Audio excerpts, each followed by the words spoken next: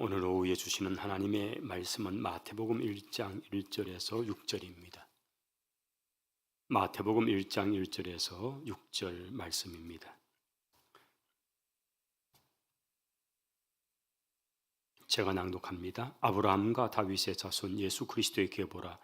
아브라함이 이삭을 낳고 이삭은 야곱을 낳고 야곱은 유다와 그의 형제들을 낳고 유다는 타말에게서 베레스와 세라를 낳고 베레스는 헤스론을 낳고 헤스론은 람을 낳고 람은 아미나답을 낳고 아미나답은 나손을 낳고 나손은 살몬을 낳고 살몬은 라합에게서 보아스를 낳고 보아스는 룻에게서 오벳을 낳고 오벳은 이새를 낳고 이새는 다윗 왕을 낳으니라. 다윗은 우리의 아내에게서 솔로몬을 낳고.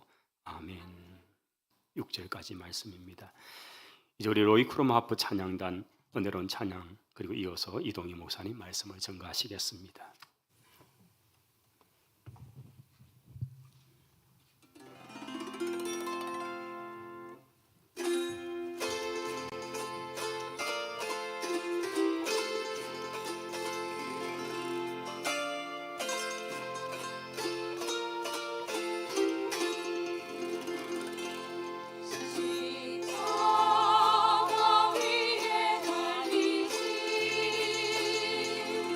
예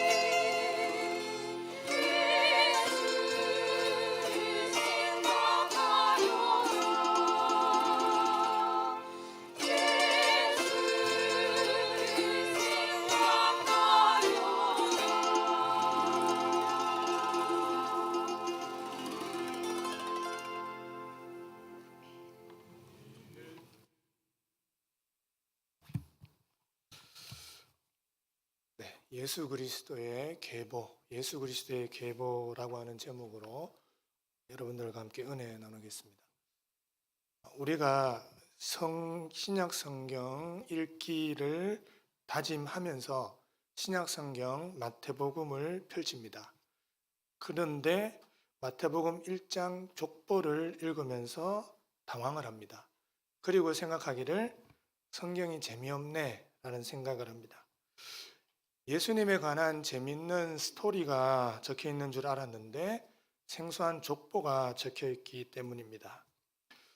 왜 족보를 먼저 적어 놓아서 성경을 읽으려고 하는 우리를 당황하게 하는 것일까? 이런 생각을 하게 되죠. 자, 그러려면 우리가 마태가 누구인지, 무엇을 하는 사람인지부터 소개를 해야 합니다. 마태복음은 마태가 기록을 했습니다. 마태는 르이라고도 이름이 불리웠습니다. 마태는 헬라식 이름이고 르이는 유대식 이름입니다. 그래서 성경을 읽다 보면은 마태, 세관에 앉은 마태 혹은 레위라 하는 세리가 세관에 앉아 있는 이런 성경 말씀을 볼 수가 있습니다. 마태는 직업이 세금을 거두는 세무 공무원이었습니다. 성경에는 세리로 기록되었습니다. 당시 지배국이었던 로마의 식민지 국가의 백성들의 세금을 거두는 역할을 했습니다.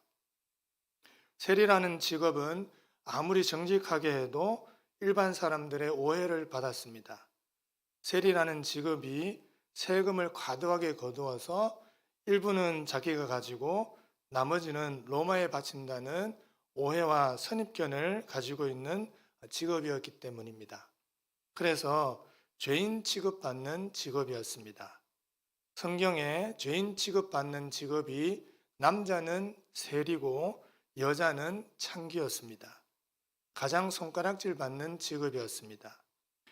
마태복음 말고 다른 복음서에 보면은 제자들의 12제자들의 이름을 이렇게 나열했는데 마태복음에는 유독 마태가 자기 복음서를 기록하면서 세리 마태라고 그렇게 제자 이름을 기록해 놓았습니다.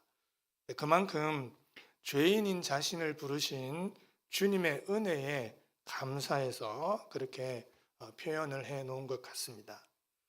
세리 마태의 근무처는 이스라엘 북부 갈릴리 가버나움이었습니다. 꽤 큰 마을인데 그곳에서 세관에서 근무하고 있었습니다. 세관은 세금 징수뿐만 아니라 오늘날 출입국 관리소처럼 통관 업무도 담당하고 있었습니다. 가버나움은 북쪽에 있었기 때문에 북쪽 이방 지역과 많은 교역이 이루어지는 곳이었습니다. 그곳에서 근무하려면 적어도 4개 국어를 해야 했습니다. 유대민족이니까 히브리어 기본적으로 했습니다. 북쪽 지역이니까 당시에 공통적으로 쓰인 언어가 아람어입니다. 그래서 아람어도 해야 했습니다. 그래서 우리가 신약 성경에 보면은 아람어가 기록이 되어져 있는데 달리다굼, 엘리엘리 라마 사박다니, 호산나, 보아너게, 게바 이런 말들이 아람어이죠. 그리고 당시에 지식인층 사이에 공식적인 언어가 헬라였습니다. 그래서 헬라어도 사용을 해야 했습니다.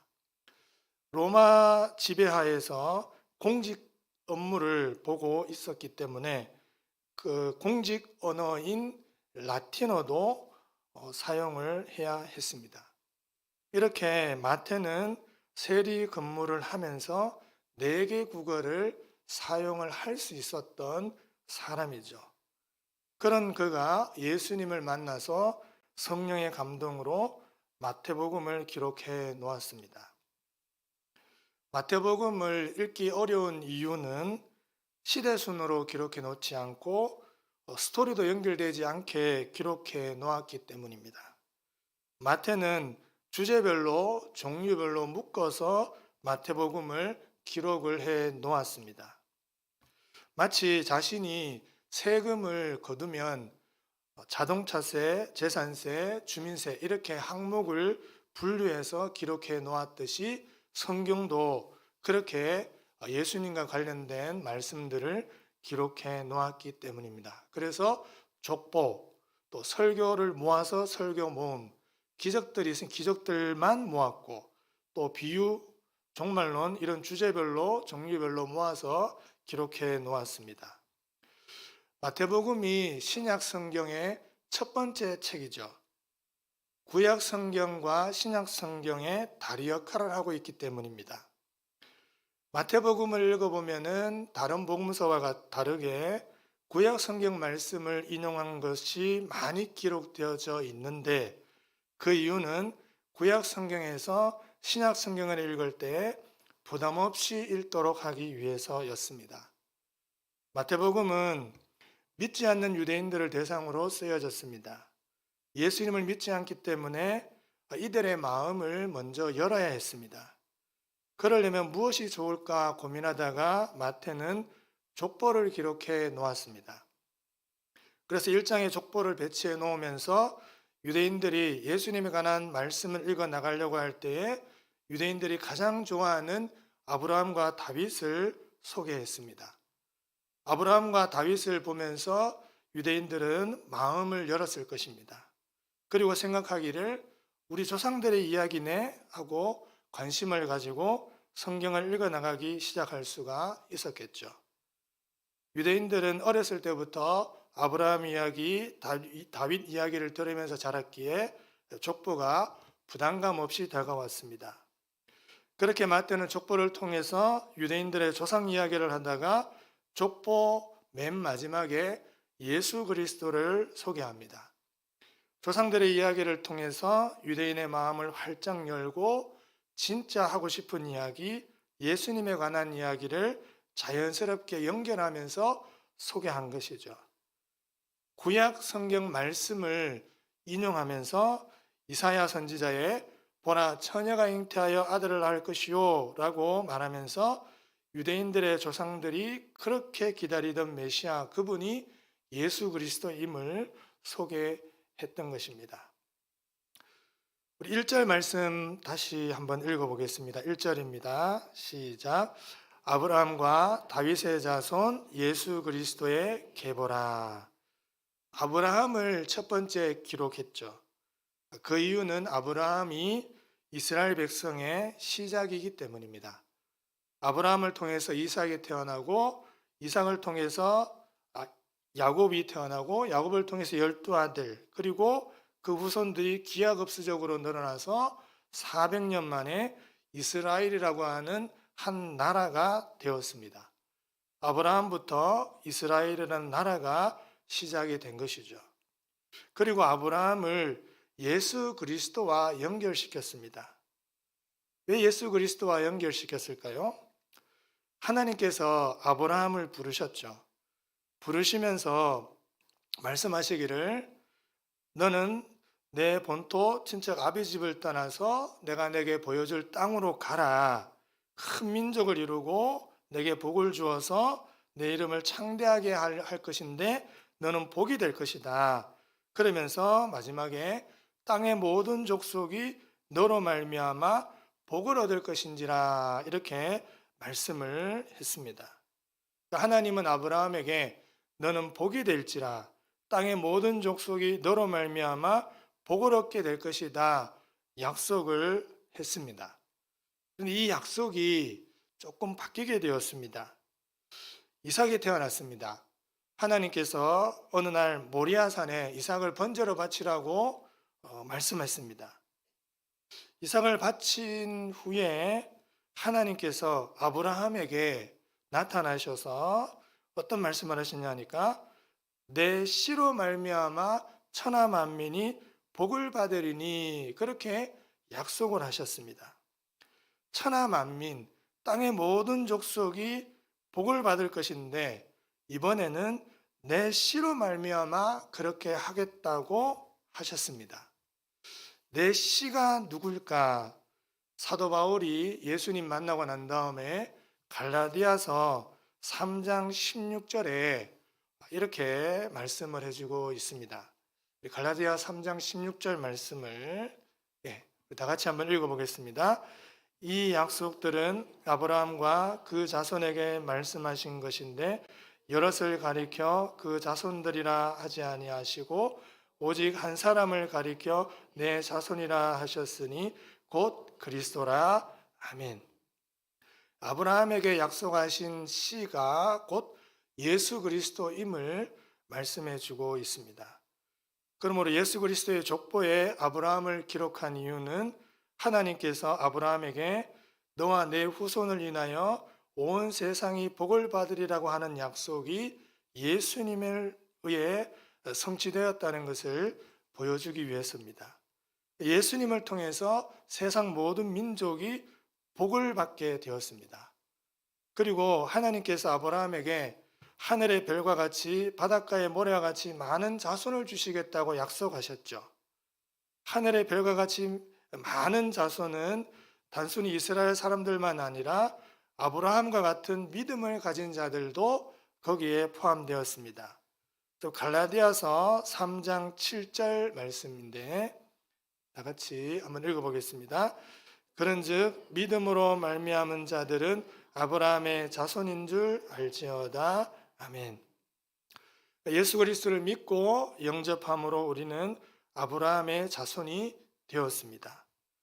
그래서 예수 그리스도의 족보 안에 예수 안에 있는 내가 있습니다. 나의 이름이 기록되어 있지 않지만 예수님의 족보는 우리의 영적 족보입니다. 나의 영적 족보에 믿음의 조상 아브라함이 있습니다. 예수님 때문에 그렇게 된 것이죠.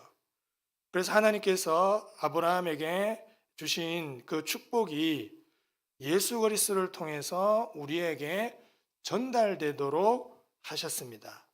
우리 갈라디아서 3장 13절부터 14절까지 말씀입니다. 다 같이 읽어보겠습니다. 그리스도께서 우리를 위하여 저주를 받은 바 되사 율법의 저주에서 우리를 속량하셨으니 기록된 바 나무에 달린 자마다 저주 아래 있는 자라 하였습니다. 이는 그리스도 예수 안에서 아브라함의 복이 이방인에게 미치게 하고 또 우리로 하여금 믿음으로 말미암아 성령의 약속을 받게 하려 함이라. 아멘. 예수님께서 우리의 저주를 십자가에서 해결해 주셨습니다. 그리고 예수 안에 있는 우리에게 아브라함의 복이 임하도록 해 주셨습니다. 그래서 예수 안에 있는 나는 아브라함의 복을 받은 자가 된 것이죠. 하나님은 이 아브라함의 족보를 통해 예수 안에 있는 나 자신이 복되다고 하십니다. 세상을 살면서 온갖 열등감 속에서 나 자신을 못났다고 생각합니다. 나 자신을 인정하지 못하고 결점과 허점투성이인 나 자신을 생각하죠. 내 자신을 있는 그대로 사랑하고 있지 못하고 있습니다. 그런 나를 보시고 예수 안에 있는 내가 복되도다 이렇게 말씀하시는 거죠. 세상에서 내 자신이 초라해 보일지 몰라도 영적으로 보면 나는 복된 자라는 것입니다. 내가 보잘것없는 환경에서 태어났다 하더라도 예수 안에 있는 나는 아브라함의 복을 받은 자인 것이죠. 그래서 내가 어디를 가든 복이 되게 해 주셨습니다. 내가 있는 곳, 내가 가는 그곳에 하나님의 복이 찾아와서 그곳에 깃들이도록 하나님께서 해 주신 것이죠. 내 인생은 지지리도 복이 없다 이렇게 생각하시는 분들이 의외로 많습니다. 내 팔자가 이러니 하고 살아가고 있는 분들도 많습니다. 그러나 예수 안에 있는 나는 복 있는 자다. 이거를 믿음으로 받아들이셔야 합니다. 예수 믿음으로 아브라함의 복을 받은 내가 되었기 때문입니다. 아멘. 네. 그리고 다윗의 자손 예수 그리스도의 계보라고 하셨습니다.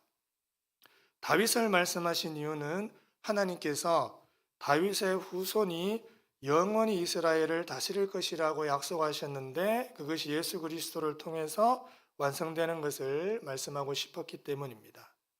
하나님께서 아브라함에게 너의 후손이 큰 나라가 될 것이다 예언했는데 이 예언이 다윗 때 거의 이루어진 것처럼 보였습니다. 다윗은 평범한 목동 출신이죠. 그렇지만 하나님은 다윗을 목동의 자리에서 들어올리셔서 이스라엘의 왕이 되게 하셨습니다. 다윗은 하나님을 사랑했고 또 하나님의 말씀으로 이스라엘 나라를 통치해 나갔습니다. 그렇게 하자 하나님은 다윗 때에 이스라엘이 작은 나라지요. 작은 나라지만 큰 나라가 되게 해주셨습니다. 힘이 있는 나라가 되게 해주셨습니다. 주위 여러 나라들을 정복했습니다. 그래서 이때 하나님께서 아브라함에게 하신 약속이 다윗을 통해 다 이루어진 것 같았는데 하나님은 하나님의 약속이 다윗에게 다 이루어진 것이 아니라고 하셨습니다. 다윗에게 하나님께서 다윗을 영원히 버리지 않고 그 자손이 나라의 위를 얻을 것이다 라고 이렇게 말씀을 하셨습니다. 그래서 이사야 선지자가 이는 한 아기가 우리에게 낳고 한 아들을 우리에게 주신 바 되었는데 그의 어깨는 정사를 메웠고 그의 이름은 기묘자라 모사라 전능하신 하나님이라 영존하신 아버지라 평강의 왕이라 할 것임이라 그 정사와 평강의 대함이 무궁하며 또 다윗의 왕자와 그의 나라에 군림하여 그 나라를 굳게 세우고 이사야 선지자가 예언을 했는데 이 약속이 예수님에게서 이루어졌죠. 그리고 사도행전에 오순절 성령을 받고 베드로가 설교하는 장면이 사도행전 2장 29절에서 32절까지 말씀이 기록되어져 있습니다. 이 말씀 한번 읽어보겠습니다. 형제들아 내가 조상 다윗에 대하여 담대히 말할 수 있노니 다윗이 죽어 장사되어 그 묘가 오늘까지 우리 중에 있도다. 그는 선지자라 하나님이 이미 맹세하사 그 자손 중에서 한 사람을 그 위에 앉게 하리라 하심을 알고 미리 본고로 그리스도의 부활을 말하되 그가 음부에 버림이 되지 않고 그의 육신이 썩음을 당하지 아니하리라 하더니 이 예수를 하나님이 살리신지라 우리가 다 이 일의 증인이로다. 아멘. 다윗이 살아있을 동안에 미리 봤다고 했습니다. 뭘 봤을까요? 다윗의 자손 중에 한 사람이 자신의 왕위에 앉게 되는 것을 봤다는 겁니다. 그런데 이 사람이 누굴까? 솔로몬일까? 아니면 그 이후에 태어난 다윗을 통한 그 혈통을 이은 왕일까? 그 사람이 도대체 누구냐? 그 사람은 죽었다가 다시 살아난다. 이거가 이 베드로가 그렇게 말씀을 하고 있습니다. 여러 다윗의 후손을 통해서 여러 왕들이 자기의 왕에 앉을 거지만 진짜 왕은 죽었다가 다시 살아나신 그분이다 하는 것이죠. 그분이 바로 죽었다가 3일 만에 다시 살아나신 예수님이십니다. 하나님께서 예수님을 다시 살리셔서 다윗의 왕위에 앉게 해 주셨죠. 이렇게 예수님은 다윗에게 한 약속 왕으로 이 세상에 오셨습니다. 그래서 유대인들이 약속한 다윗의 자손을 기다리고 있었는데 그 분이 바로 예수 그리스도이시다. 왕이신 예수님이다 라고 하는 것을 말씀해 주고 있는 것이죠. 예수님은 왕으로 이 세상에 오셨습니다. 예수님은 우리의 왕이시죠. 우리는 예수님이 다스리는 나라의 백성입니다. 복음은 주인이 바뀌는 것이죠. 그동안 내가 주인 되어서 살아왔는데 이제 주님이 주인으로 바뀌는 것입니다. 예수님이 주인이라고 생각하면 뭔가 뺏기고 손해본다는 생각을 할 수도 있지만 예수님이 나의 인생의 왕이 되었을 때 생명을 얻고 풍성한 삶을 살 수 있다라고 약속을 해 주셨습니다. 이 말씀 준비하면서 어떤 책에 쓰인 기도 제목을 보게 됐습니다. 내 아이의 성적표 숫자가 나를 통치하지 않게 하소서라고 하는 기도 제목입니다. 예. 만약에 예수님이 왕이고 그분이 나의 삶을 다스리고 있다면 내 아이의 성적표 숫자가 나의 마음을 좌지우지할까요? 예수님이 왕이시다고 하면서 마음에 내 아이의 성적표 숫자가 왕으로 자리 잡고 있으니까 숫자가 높으면 마음이 좋고 숫자가 낮으면 마음이 불안하게 되는 것이죠. 내 아이의 숫자의 성적표뿐만 아니라 나를 힘들게 한 사람, 나에게 피해준 사람, 때로는 우울한 감정, 지난날의 후회스러운 일들, 이런 것이 마음의 왕으로 자리 잡아 나를 막 흔들어 댑니다. 그럴 때 나는 막 흔들리고 있죠. 여러분, 어떤 것이 나의 마음을 흔들고 있습니까? 어떤 것에 나의 마음이 흔들리고 계십니까? 내 마음이 흔들리는 이유는 내 마음의 왕이 예수가 아닌 다른 것이 나를 다스리고 있기 때문입니다. 다시 예수님께서 내 마음의 왕으로 나를 다스리도록, 내 마음이 예수 외에 그 무엇도 나를 다스리지 못하도록 주님께 도움을 요청해야 하죠. 순간순간 흔들리는 마음을 다잡고 예수님, 나의 마음을 다스려 주십시오. 이렇게 주님께 도움을 요청하면서 주님이 나의 인생의 왕이 되는 그런 은혜 경험하게 되기를 축복합니다. 말씀을 맺겠습니다. 예수 안에 있는 나는 복 있는 자입니다. 예수님께서 나의 삶의 왕이 되십니다. 나의 마음을 흔드는 것이 나를 다스리지 않도록 예수님을 붙잡아서 오직 예수가 나의 왕이 되시는 회복이 있게 되기를 주님의 이름으로 축원합니다. 아멘. 기도하겠습니다. 주님, 저희들을 찾아와 주셔서 감사합니다. 저희들의 삶의 왕이 되어 주셔서 감사합니다. 그러나 살다 보면 자꾸 흔들립니다. 넘어집니다. 주님, 도와주셔서 예수님이 나의 삶의 왕으로 다시 잡아서 오직 예수가 나의 마음을 다스릴 수 있도록 저희들을 도와주시옵소서. 예수님의 이름으로 기도드립니다. 아멘.